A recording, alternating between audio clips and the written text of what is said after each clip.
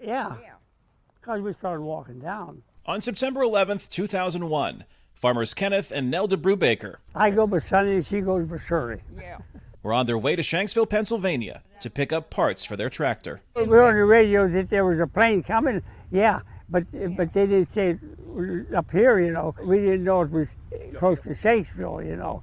So close, in fact, Sonny and Shirley just happened to be driving by the right place at the wrong time. We heard an explosion. We see smoke coming up. There's fire coming out of the hole yet, you know. The trees were on fire. The firemen came. The tops of the trees were burning and stuff. I guess from the jet fuel, probably.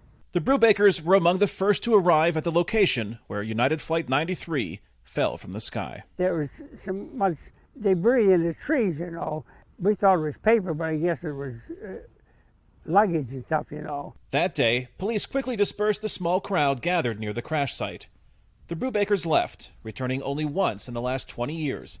But something about this year compelled them to make a meaningful visit. We just wanted to come and see because it happened 20 years ago. Yeah, I mean, it's hitting me now. It was a crazy day, you know.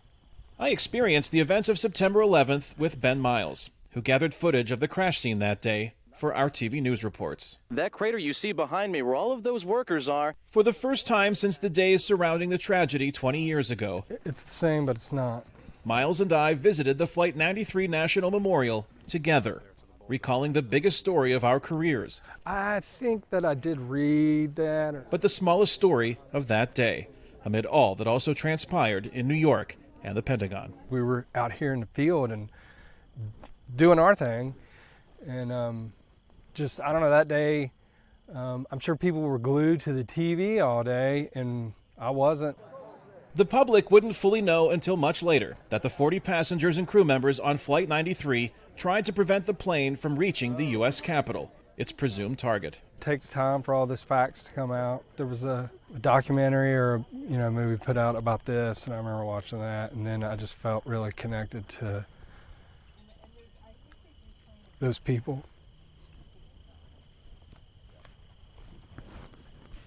And that it was just that connection of, well, I was here that day when, not too long after that really terrible thing happened to them and their families.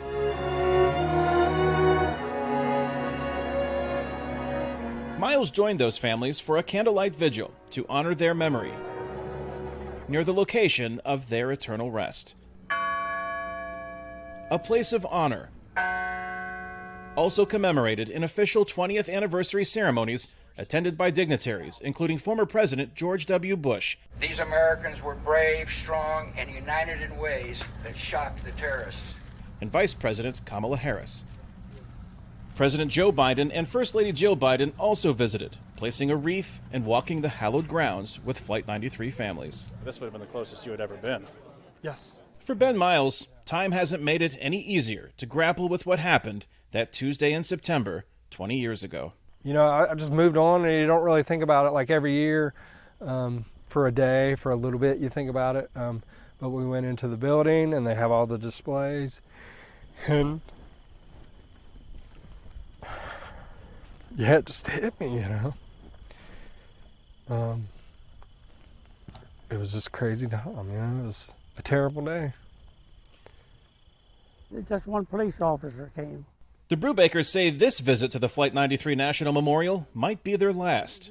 Both Sonny and Shirley are ailing with cancer, and part of the motivation behind their visit is not only to pay tribute, but to find answers. What was your idea of crashing these planes? What were they trying to prove? I think that's the question that a lot of people ask.